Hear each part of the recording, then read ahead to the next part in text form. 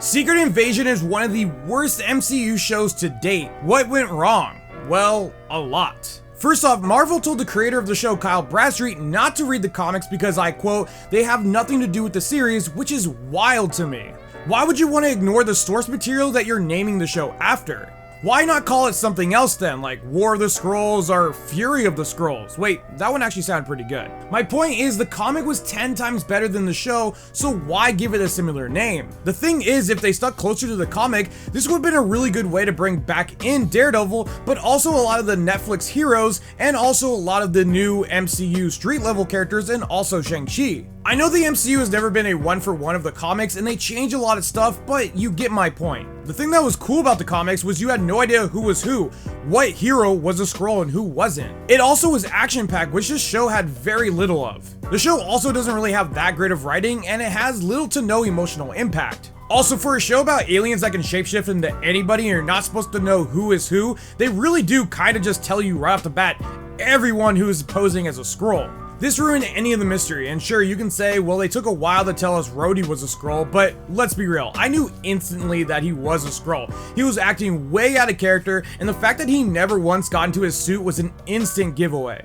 Not only did they kill Maria Hill off for like literally no reason in a lame show, but they barely give us Agent Ross in like one episode, and that was pretty much it. We also get a new character in Fury's wife Priscilla, and I just did not like her character at all. It was just kind of a wasted side plot. Then we have characters like Sonya Fallsworth, who are a part of a family that are linked to a character called Union Jack. But instead of getting a new character that's almost like a British Captain America, we get an old spy lady.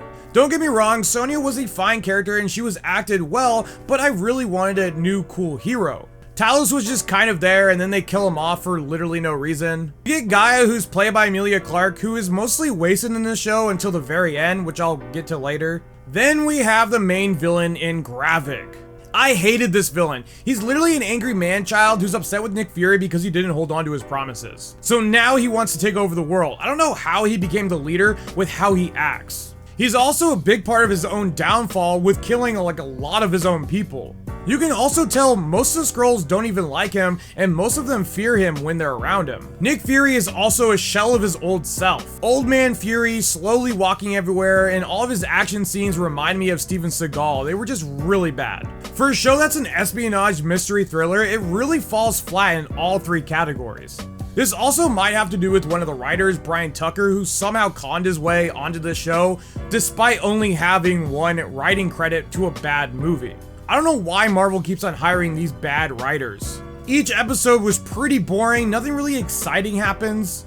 The action in most of the episodes was boring and pretty lackluster. The thriller aspect lacked, and it didn't have a lot of the mystery since it played its hand way too quickly. The last episode, they finally give us a super-powered fight scene between Gravik and Gaia.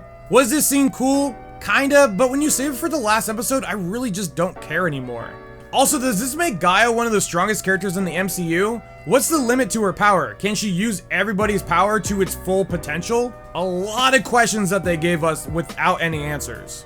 This show could have been so awesome, full of mystery, great action, and just tons of fun, but unfortunately it fell very flat. This is why I give Secret Invasion a 5 out of 10. If you guys like this review, hit that like button. If you guys want to see more, hit that follow button. And as always, thanks for watching.